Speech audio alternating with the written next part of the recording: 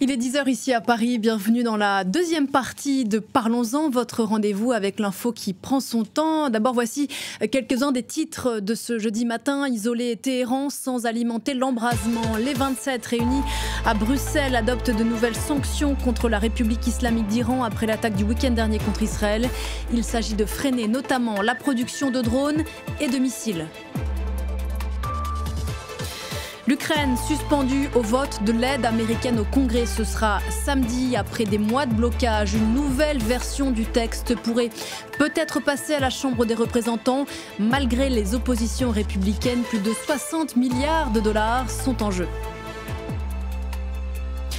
On reviendra sur ces titres dans le journal de 11h. Mais aujourd'hui, dans Parlons-en, quand le pays le plus peuplé du monde organise ses élections, l'Inde s'apprête à vivre 6 semaines de marathon. L'Inde et son milliard d'électeurs. Des élections législatives qui devraient confirmer la toute-puissance du Premier ministre sortant Narendra Modi en campagne pour un 3e mandat après 10 ans passés au pouvoir.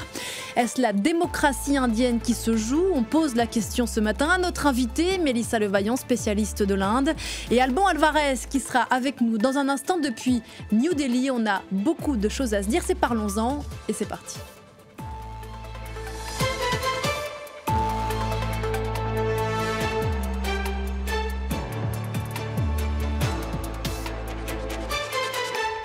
On dit d'elle qu'elle est la plus grande démocratie du monde. L'Inde, le pays le plus peuplé de la planète, s'apprête à vivre un marathon électoral de près de 2 mois. L'Inde qui organise des élections législatives XXL, près d'1 milliard d'électeurs, 1 million de bureaux de vote. Coup d'envoi demain, vendredi. Le Premier ministre Narendra Modi est en campagne donc pour un 3e mandat avec son parti, le BJP, chantre du nationalisme hindou. Avec moi sur ce plateau, Mélissa Levaillant, bonjour. Bonjour. Merci d'être là. Vous êtes chercheur au sein de l'European Council of Foreign Relations, spécialiste de l'Inde et des enjeux de sécurité en Indo-Pacifique. Avant de vous entendre, on va prendre tout de suite la direction de New Delhi où nous attend notre correspondant Alban Alvarez. Bonjour Alban.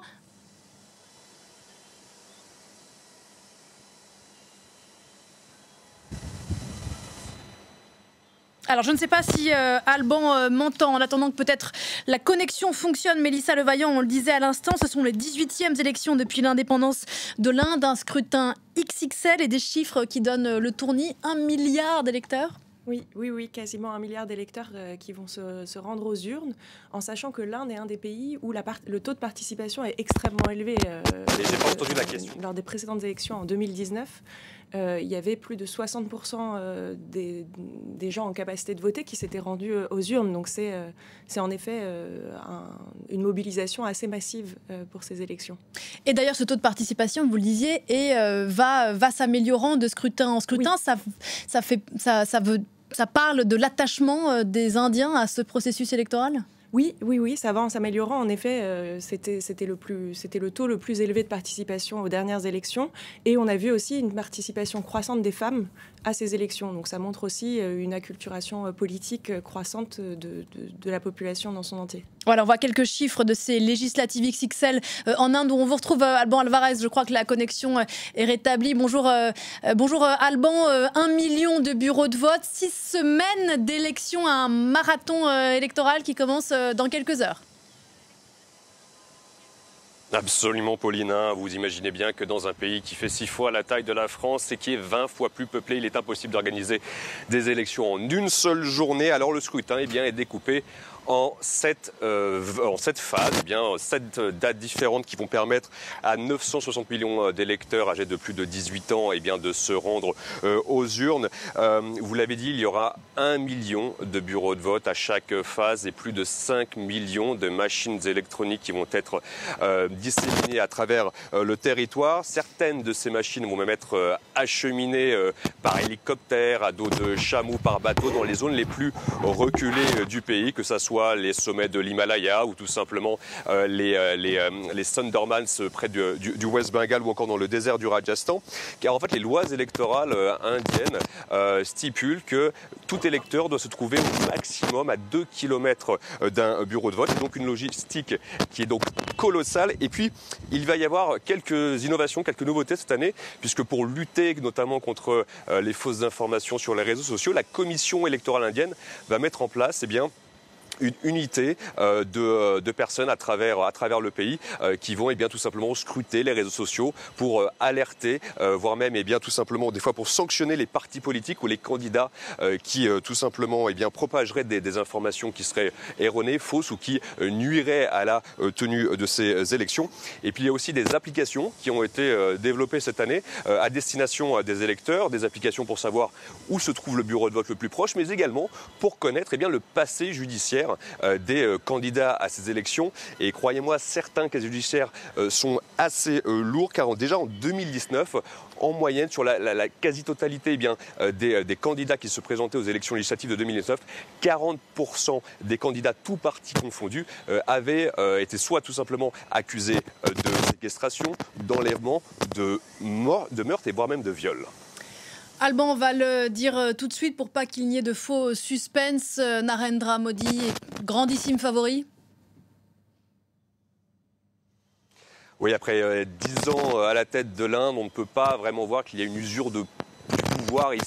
Narendra Modi est extrêmement populaire. D'ailleurs, quand on tend le micro indiens, il y a plusieurs raisons qui expliquent cela. Tout d'abord, Narendra Modi est vu comme étant le chef de l'Inde qui a permis de rendre aux Indiens leur fierté sur la scène internationale. Le pays en fait est devenu incontournable pour de nombreux pays occidentaux, les États-Unis, les européenne, notamment la France, mais c'est également un pays qui continue de discuter par exemple avec des pays comme la Russie de Vladimir Poutine. Le sommet du G20 l'an dernier à New Delhi, qui a été un succès, a parfaitement illustré cette diplomatie du multi-alignement. On a bien vu ces 5 dernières années l'évolution un peu de la diplomatie indienne qui, clairement, dès qu'elle se sent attaquée, dès critiqué, le dit ouvertement. C'était le cas récemment à l'Allemagne et aux États-Unis de ne pas clairement l'image d'une Inde forte. Elle plaît, elle parle aux électeurs indiens. Ensuite, Alban, je vous coupe, vous avez, je crois, quelques problèmes de micro. Malheureusement, on va vous laisser faire une petite pause et peut-être voir ce qui se passe du côté de votre micro. Et on vous retrouve bien sûr depuis Delhi dans un instant. Mélissa Levaillant, on le disait avec Alban à l'instant, l'Inde, c'est une fédération d'États à la tête de laquelle se tient un président, une présidente en l'occurrence, mais qui n'a que très peu de pouvoir. Bien sûr, l'homme fort de l'Inde aujourd'hui, c'est Narendra Modi, désigné par le parti qui sortira majoritaire de ces législatives et donc de la Chambre du peuple, qui est l'une des 2 chambres indiennes. Ça fait 10 ans que Narendra Modi est au pouvoir et face à lui, il n'a pas d'opposition ? Alors face à lui, il a une opposition qui est menée par Rahul Gandhi, donc qui est le petit-fils de Nehru. Et cette opposition a essayé de se construire. Elle a essayé de construire une coalition qui s'appelle India et qui réunissait 28 partis politiques. Et depuis, ça s'est un peu délité. Et le problème de cette opposition, c'est qu'ils ont eu du mal à porter un projet politique assez fort. Ils ont porté leur projet politique principalement sur la peur de cette émergence du nationalisme hindou, à raison, sur la défense des minorités, mais ils ont eu du mal à s'inscrire dans le sillage de Narendra Modi, qui a vraiment une vision, qui porte en plus de son agenda nationaliste, il porte aussi une vision de développement économique pour l'Inde avec tout ce qu'il appelle India 2047. Donc il a vraiment un projet pour le développement futur de l'Inde. Et l'opposition a eu du mal dans les débats à s'imposer, à la fois pour des raisons de divergence assez fortes entre les partis politiques de cette opposition, et aussi parce que le poids médiatique, le poids en communication, la popularité de Narendra Modi était trop fort. Dans un pays qui est aussi grand, qui est le pays le plus peuplé du monde, qui a près d'1 milliard d'électeurs, on le disait, est-ce qu'il y a vraiment pour une élection comme celle-ci des enjeux nationaux ? Oui, des enjeux nationaux. Vous voulez dire Est-ce que ce pays n'est pas trop grand, trop divers, de Calcutta à New Delhi, pour on puisse vraiment dire que la campagne se soit portée sur des thèmes nationaux ? Est-ce qu'elle n'est pas phagocytée par des thèmes régionaux plutôt ? Non, il y a des thèmes nationaux qui sont extrêmement importants et qui fédèrent l'intégralité, qui fédèrent tous ces États-là. C'est le développement économique, c'est la transition énergétique, c'est les questions d'accès à l'eau, c'est des questions d'emploi. Donc il y a quand même des thèmes fédérateurs qui ont un impact sur l'intégralité du du pays, même si c'est vrai qu'après, il va y avoir des divergences régionales avec des États du Sud qui sont pour le coup plutôt dans l'opposition par rapport au BJP et des États du Nord qui vont suivre le programme du BJP. Le BJP étant le parti de Narendra Modi. Alban Alvarez, on vous retrouve à Delhi. La démocratie indienne, Alban, c'est quelque chose, on le disait avec Mélissa Levaillant, auquel les Indiens sont très attachés, qui a été gagné de haute lutte pendant le mouvement de l'indépendance. Elle est l'essence même de l'Inde, mais paradoxalement, c'est bien elle qui est sur le fil aujourd'hui, cette démocratie à l'indienne. Absolument, hein, et ça s'illustre parfaitement par exemple avec les dernières attaques qui ont été menées contre par exemple les partis d'opposition. On peut citer le cas du ministre en chef de New Delhi, Arvind Kejriwal, qui est à la tête du parti anticorruption qui domine dans la capitale indienne mais également dans l'état rural du Pendjab. Et depuis maintenant près de 3 semaines, Arvind Kejriwal dort en prison accusé de corruption par les agents du fisc. Et ça en fait les agences gouvernementales, notamment donc le fisc indien, mais également le bureau d'enquête indien qui est l'équivalent du FBI ici, ou encore les agences de renseignement ont vraiment été, on va dire, utilisées, mises à contribution pour ces dernières années arrêter, questionner, emprisonner de nombreux opposants politiques, mais pas seulement, également des activistes, des militants des droits de l'homme ou encore des journalistes. Et c'est ce que, bien entendu, c'est ce que reprochent énormément les opposants à Narendra Modi, le fait que les institutions indiennes ont été dévoyées pour en fait, le parti nationaliste hindou qui est au pouvoir. Il y a 2 dynamiques qui alimentent Mélissa Levaillant, ces attaques à la démocratie, cet exercice de plus en plus autoritaire du pouvoir, Alban l'évoquait à l'instant, et bien sûr cette hindouisation à marche forcée. Oui, il y a eu, c'est vrai que tous les leaders de l'opposition, enfin de nombreux leaders de l'opposition, de nombreux députés ont été ciblés sur des affaires de corruption et on voit que les membres du Parti nationaliste hindou ont été beaucoup moins ciblés, voire pas du tout. Donc, et il y a même eu des encouragements du coup à adhérer au Parti nationaliste hindou pour mettre un terme à des enquêtes pour corruption. Donc il y a vraiment un resserrement de l'exercice du pouvoir avec une opposition qui est de plus en plus qui a de moins en moins de marge de manœuvre avec cette utilisation des institutions. Et puis, il y a évidemment, oui, l'utilisation de ces discours nationalistes hindous pour fédérer la population autour de la défense de l'hindou, ce qui est appelé l'hindoutva, donc l'idéologie nationaliste hindoue, l'idée que l'Inde est le pays d'abord des hindous et où les minorités sont plus ou moins tolérées, mais de moins en moins. Alors, on va essayer de faire de la pédagogie précisément sur cette hindouisation de l'Inde. Il nous faut rappeler d'abord d'où vient Narendra Modi, où est-ce qu'il puise les racines de sa politique. Alors, Narendra Modi, il a fait vraiment toute sa carrière politique au Gujarat, où il était chief minister pendant de nombreuses années, donc chef de l'État du Gujarat avant de devenir Premier ministre en 2014. Narendra Modi, il a été formé, si vous voulez, dans les organisations du parti, les organisations parallèles du Parti nationaliste hindou, donc ce qu'on peut appeler aussi parfois des milices. Et donc, il a été éduqué vraiment au nationalisme hindou et son ascendance, sa montée en puissance politique, il la joue aussi. Il en fait tout un récit aussi sur le fait qu'il vient d'un milieu assez défavorisé et qu'il s'est construit lui-même à travers ce parti nationaliste hindou et grâce justement à ces organisations nationalistes qui lui ont permis de s'éduquer et de s'élever à ce rang politique. Donc il y a aussi tout un récit et tout un discours qui l'oppose notamment à la famille de Rahul Gandhi, qui va être plutôt accusée d'être l'élite anglo-saxonne, anglophone, post-coloniale, qui a été un peu, qui a eu des liens assez fort avec la Grande-Bretagne. Et donc, il crée comme ça une image assez clivée par rapport à l'opposition du Congrès qui serait, trop occidentalisée. Racontez-nous, Alban, ce que c'est que ce RSS que Narendra Modi a fréquenté quand il était enfant, notamment. Alors le RSS, c'est une immense organisation qu'on pourrait qualifier, alors ici de non gouvernementale, mais on pourrait surtout qualifier de paramilitaire, qui a été créée à la fin des années 20. En fait, c'est une organisation qui a été créée dans le sillage de l'idéologue du nationalisme hindou qui s'appelle Savarkar.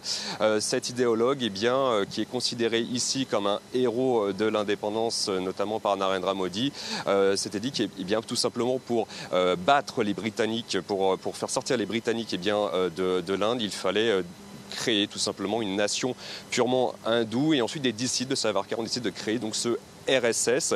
Et cette organisation, en fait, elle est tentaculaire. Elle organise énormément de nombreux pans en fait de la société indienne.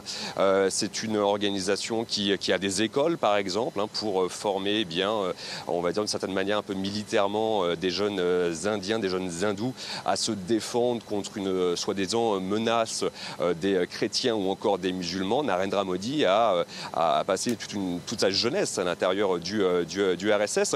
Mais le RSS, en fait, il faut savoir que c'est une organisation qui à la base n'était pas politique, c'était une organisation idéologique, associative d'une certaine manière, et surtout qui a été connue mondialement lors de l'assassinat en fait du Mahatma Gandhi, puisque l'assassin de Gandhi était membre lui-même du RSS, et cette organisation a d'abord été interdite par Nehru, alors Premier ministre de l'Inde, avant d'être à nouveau réautorisée.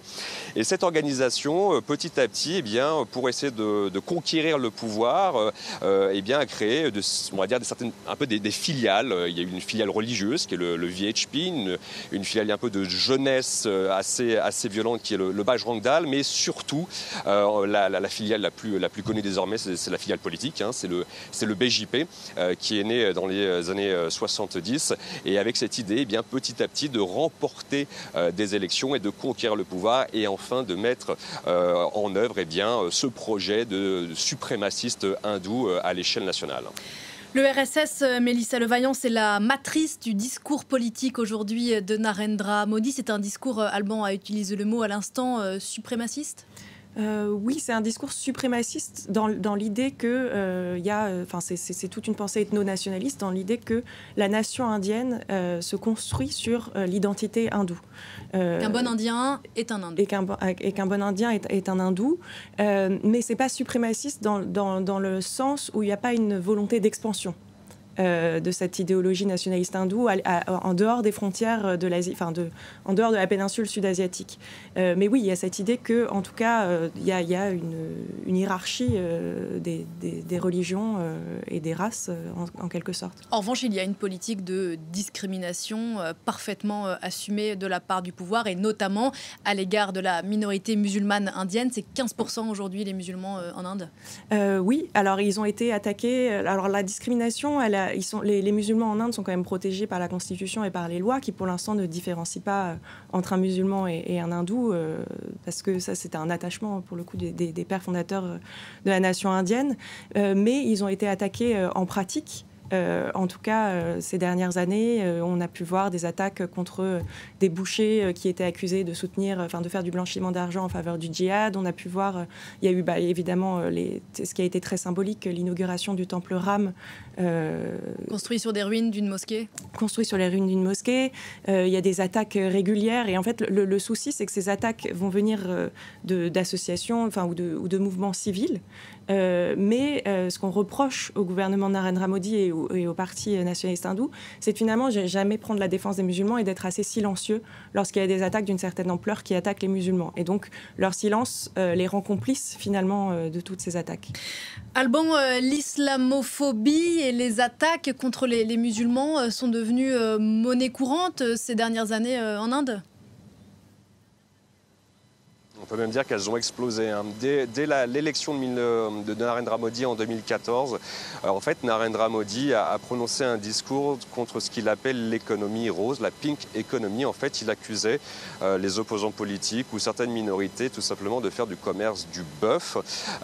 Et à partir de 2014-2015, on a commencé à avoir de nombreuses milices, notamment dans le nord de l'Inde, s'en prendre directement à des musulmans, qu'ils soient commerçants, qu'ils soient agriculteurs, en les attaquant très violemment, notamment de nuit par exemple. À plusieurs occasions, il nous est arrivé pour des reportages de suivre ces milices qui essayent d'arrêter, de stopper des véhicules qui transporteraient de la viande de bœuf. Je rappelle que dans de nombreux États de la Fédération indienne, il est strictement interdit d'abattre et de consommer de la viande bovine. Et pour ce faire, ces milices, en fait, elles se font justice elles-mêmes, quitte à lyncher, tuer des musulmans. Les cas se comptent par dizaines depuis l'élection de Narendra Modi. Avec un laisser-faire des autorités ?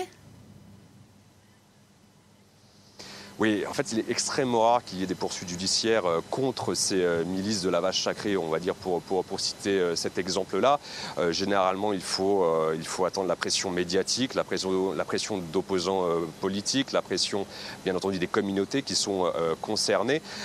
Mais il y a aussi un exemple qui est très frappant, c'est qu'il y a quelques années de cela, dans l'état de Uttar Pradesh, il y avait eu des miliciens de la vache sacrée qui avaient été arrêtés, qui avaient été envoyés en prison et puis finalement qui avaient été libérés, et ils ont été accueillis par des guirlandes de fleurs par l'un des ministres indiens de l'Uttar Pradesh, un ministre extrémiste hindou. Alban, on évoquait tout à l'heure le RSS, qui est donc la matrice idéologique d'une certaine façon du BJP. Vous me coupez si je me trompe.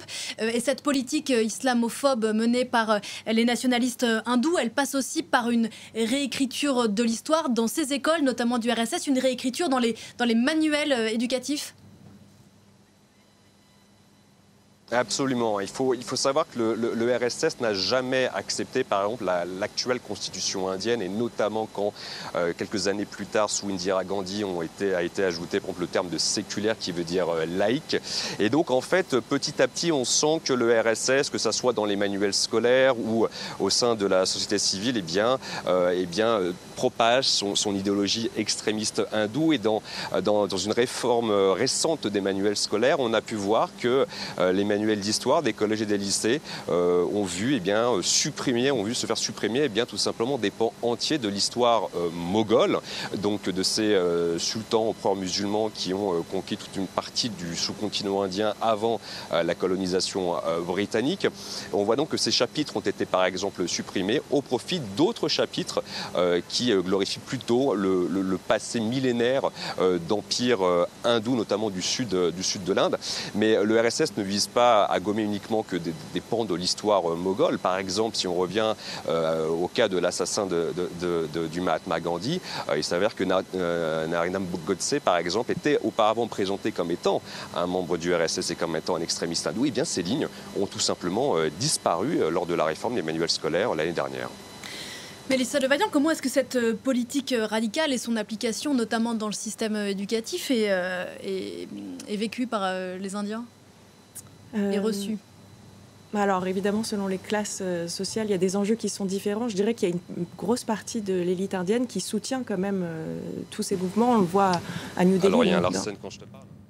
Allez-y. À New Delhi, dans la capitale, on voit qu'il y a eu en effet des routes qui ont été renommées, qui avaient cette référence à l'Empire moghol.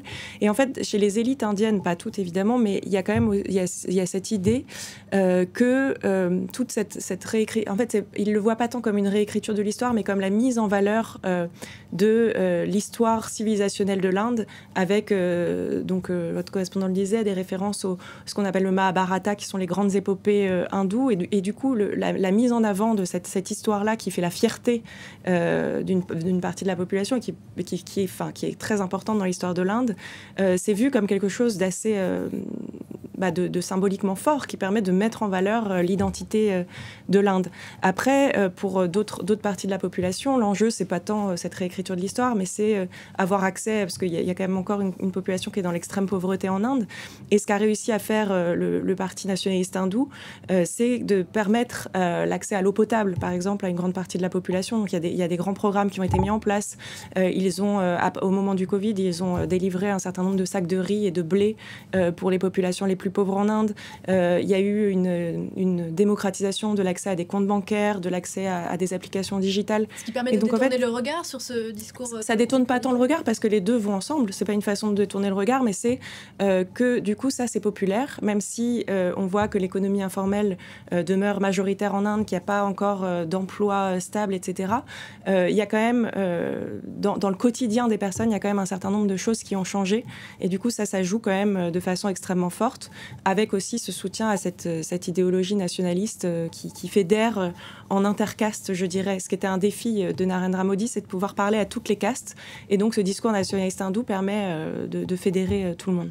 Alban Alvarez, sur la popularité et la façon dont ce discours nationaliste est reçu, en quelques mots avant qu'on fasse une pause.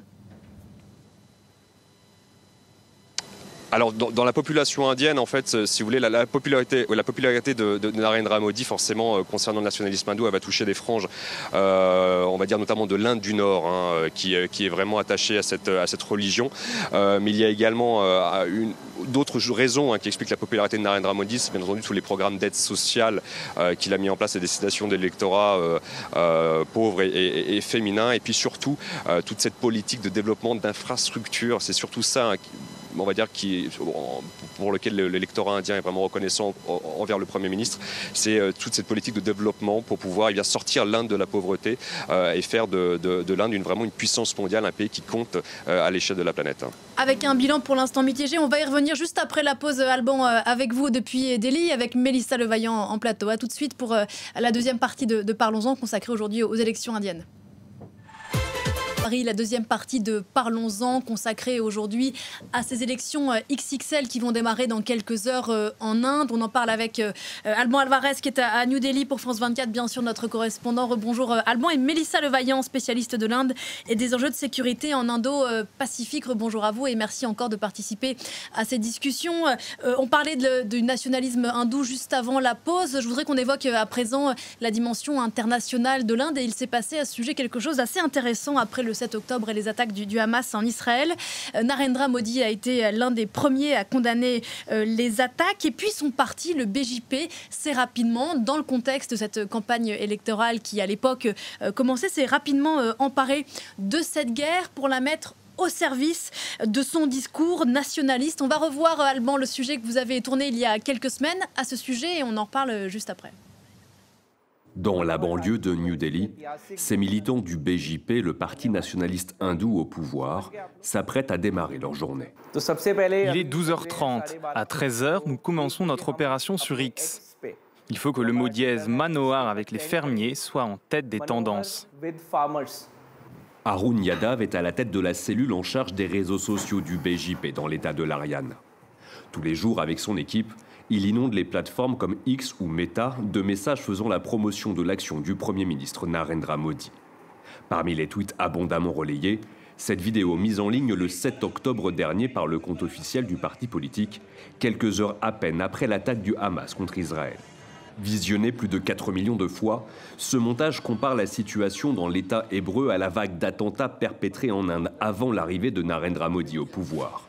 Dans leur viseur, le parti du Congrès, principal parti d'opposition qui a dirigé le pays de 2004 à 2014. La vidéo a provoqué l'indignation des opposants au Premier ministre, accusant le BJP d'instrumentaliser un conflit à l'étranger à des fins électorales. Arun Yadav se défend de toute récupération politique. Je ne vois pas le problème avec ce tweet. L'Inde a longtemps souffert du terrorisme. Mais après l'arrivée de Narendra Modi à la tête du pays, plus personne n'ose nous attaquer, plus personne n'ose même penser à mener une attaque sur notre territoire. Davantage que les campagnes de propagande en ligne pour vanter les mérites du BJP, le conflit entre Israël et le Hamas a surtout été l'occasion pour les extrémistes hindous de déverser un torrent de fausses informations sur Internet. Pratik Sinha est le cofondateur du site internet Alt News, spécialisé dans la vérification des faits. Avec son équipe, il a passé au crible des centaines de vidéos complotistes largement partagées comme celle-ci. Ceux qui partagent cette vidéo prétendent que des gens vivants se feraient passer pour morts, pour gonfler le nombre de victimes. Le message, c'est « Regardez, ils ne sont pas vraiment morts ». À l'aide d'outils en ligne tels que la recherche d'images inversées pour déterminer l'origine d'une vidéo, Pratik a découvert que cet extrait a été tourné il y a plusieurs années, ailleurs que dans la bande de Gaza. Cette vidéo date en réalité de 2013. Elle a été tournée à l'université Al-Azhar en Égypte. Ces étudiants protestent contre la police et l'armée en mettant en scène de faux cadavres. Une opération de désinformation orchestrée par des fondamentalistes hindous, prenant pour cible les Palestiniens et plus généralement les musulmans. L'extrême droite hindoue s'est mise à publier des photos, des vidéos de gens morts dans les bombardements, de gens en train de souffrir, pour se moquer d'eux. Dès qu'ils peuvent trouver le moindre angle relatif aux musulmans dans le monde, la fachosphère hindoue va tourner à plein régime pour cibler la minorité musulmane en Inde. Depuis le début de la guerre, plus de la moitié des messages partagés avec le mot dièse « I stand with Israel », je soutiens Israël en anglais, l'ont été depuis l'Inde. Une solidarité envers le gouvernement de Benyamin Netanyahou qui cache un déferlement de haine islamophobe. Les extrémistes les plus radicaux se sont même proposés de rejoindre l'armée israélienne. Nous voulons que le gouvernement israélien nous donne la citoyenneté et nous autorise à rejoindre son armée. Nous combattrons aux côtés de Tsahal dans cette guerre. Nous voulons éradiquer tous ces djihadistes, tous ces islamistes de la surface de la terre. Si les organisations fondamentalistes hindoues ont pu multiplier les manifestations de soutien à Israël, celles organisées pour défendre les droits des Palestiniens ont été réprimées par les autorités dans la capitale indienne. Alban Alvarez, vous avez réalisé ce reportage il y a quelques semaines pour France 24. Ce que dit la réaction du BJP après les attaques du Hamas en Israël du 7 octobre, c'est que l'État hébreu, pour les nationalistes hindous, c'est un modèle. Oui, parce qu'en fait, l'État hébreu, selon eux, avec lequel entretient d'excellentes relations Narendra Modi, Netanyahou et Narendra Modi se sont rencontrés à plusieurs reprises. Ils ont une vision en fait d'Israël comme étant donc un État religieux qui est en fait plus qu'un État religieux, surtout un État qui serait en guerre contre des musulmans. En fait, c'est surtout ça avant tout que le BJP, les extrémistes hindous voient. Et Israël et la guerre actuelle entre Israël et le Hamas est un exemple parmi en fait des milliers d'autres. Il suffit de prendre par exemple un autre exemple, celui des émeutes en France l'été dernier.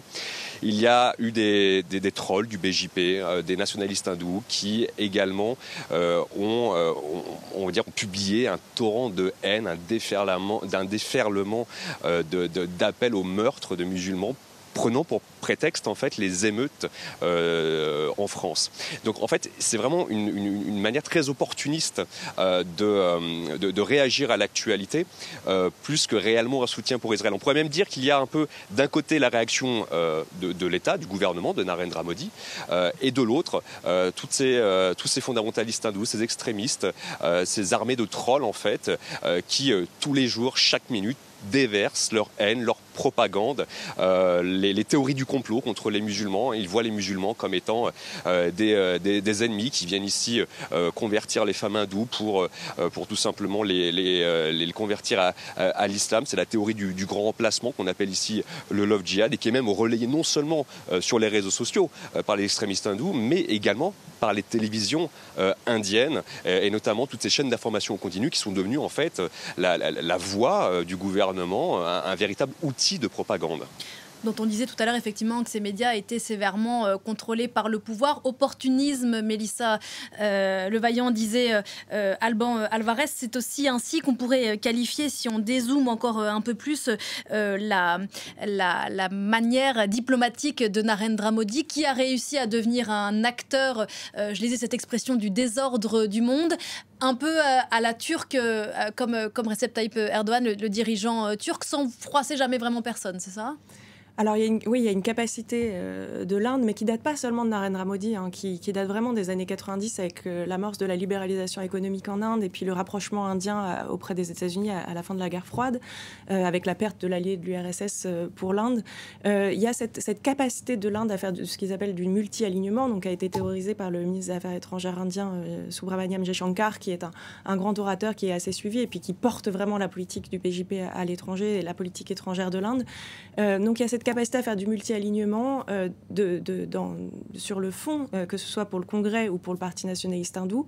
Il y a une continuité dans la politique étrangère de l'Inde qui est que l'Inde ne s'engage pas dans des alliances militaires comme on peut les formaliser en Occident avec l'OTAN, par exemple, où il y a des accords d'engagement réciproque pour la défense de son partenaire.